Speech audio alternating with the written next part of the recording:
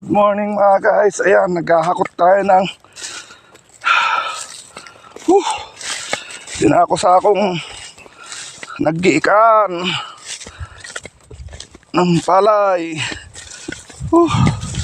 Grabe guys, bigat. Basa kasi itong ipa. Ito yung pang tatabon natin guys sa punlang sibuyas. Kahit dumadaan guys sa susukal. Doon pa tayo pupunta guys. So, naninilaw na yun. Yung inisprang ko nung mga nakaraan.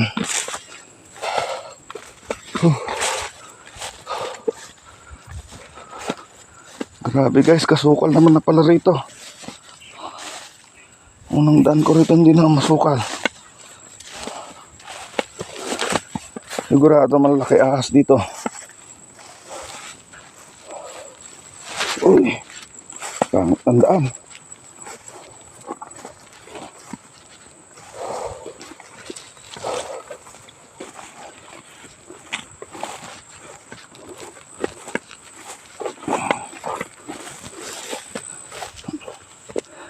Talagang ang pagsisibuyas guys sakripisyo. Talagang napakatrabaho. Biruin mo, ipupunla mo siya ng aabot siya ng halos 40 days 35 days pinakamaaga bago mo itanim. Tapos maghihintay ka na naman ng 90 days bago mo anihin.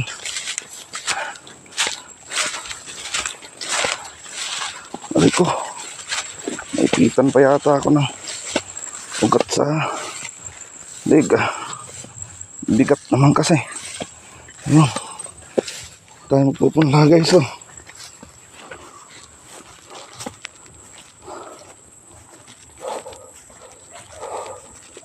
Isa-isa lang mamaya dala ko. Hindi kaya ng dalawa. Ang bigat nitong ipa. Alas di ko mayarating.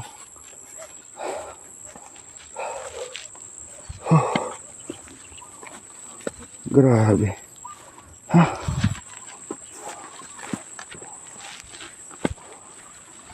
Dadaan guys. Yeah.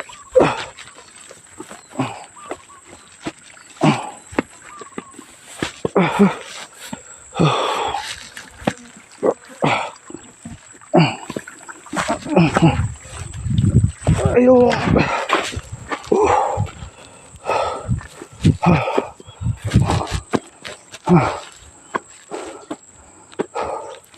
Yeah. Uta. Uta rin.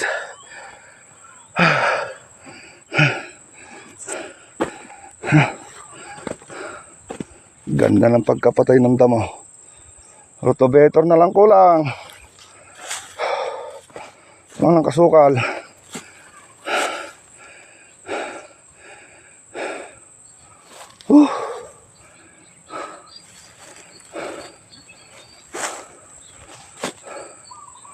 Grabe.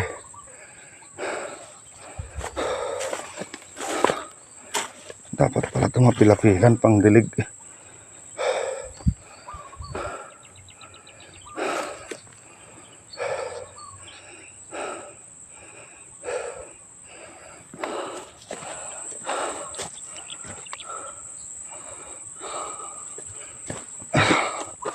Ayan guys, mag-iinot-inot tayong 2,000 years later. guys, nakakapitong sako na tayo. Grabe, kalayo naman kasi. Kung hindi lang sana mabigat. 7 biyaheng tagdadalawa tapos na sana. Grabe. Merienda muna tayo. Merienda muna tayo ng vitamins.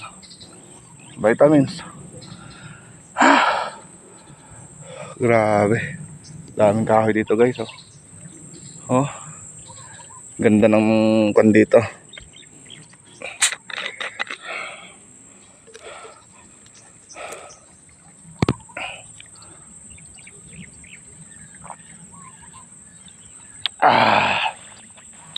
Hindi naman siguro guys masama kung minsan-minsan kayo inom ng ganito. Vitamins. Grabe. Ay, meron tayong 7 sako. Meron pang 8 piraso pa. Tara na. Hindi tayo punin. Ay, layo naman. Mga nasa layo siguro. Mahigit 1 kilometro yata. Layo ng binubuhatan ko eh. Tapos ganito pa, pataas. Ganda mo pa yung daan.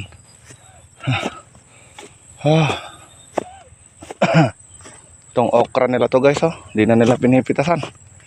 Mura naman daw kasi ang okra. Ayan, matitigas na yung bunga. Grabe guys, sukal ang daanan na. Nadaanan ko.